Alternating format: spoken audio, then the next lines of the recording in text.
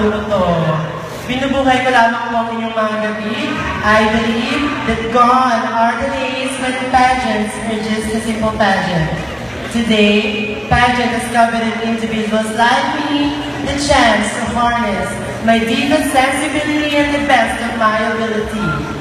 Ladies and gentlemen, before your very eyes is a fresh 23-year-old stunner, all the way from the fishing capital of the Philippines, Nabotas City. This is what he beats. But tonight, hayaan niyo po akong tumayo sa katauhan ng babaeng nagmula pa po sa bakuran ng GMA Channel 7. Ang babaeng tinaguri ang isa sa pinakamalakas at patatay sa Survivor Philippines Celebrity Edition. Ang babaeng gabi-gabi niyong pinapanood sa Encantadia bilang kauna-unahang kailan. Avisala Eshmen, tawagin niyo na lamang po akong Kasyuteya. Walang iba, kundi si Binibing Solen Yusap. Solen Yusap na nag-iiwan sa inyo ng tatlong mga kataga.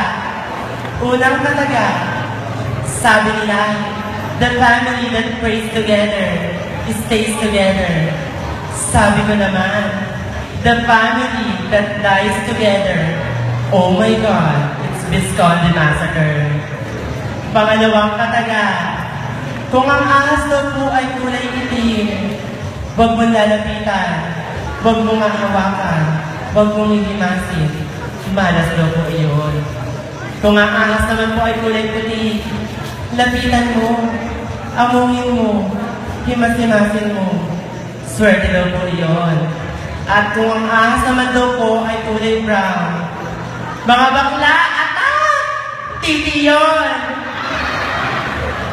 At ang pangatlong kasabihan, para sa mga kalalakiang narito ngayong gabi, imbis na kayo'y mambabae, mambakla na lang kayo. Pag nambabae kayo, liligawan niyo yan, gagastos ka. Pag sinagot ka, madilim kayo, gagastos ka. Pag nabuntis mo yan ng anak, gagastos ka. Pag nagpakasal, nag-anan, gagastos ka.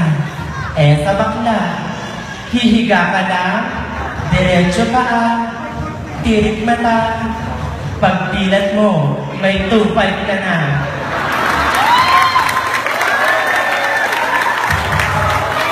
Maraming salamat po. Muli, ako po inyong candidate number 10, Miss Solen Yusap.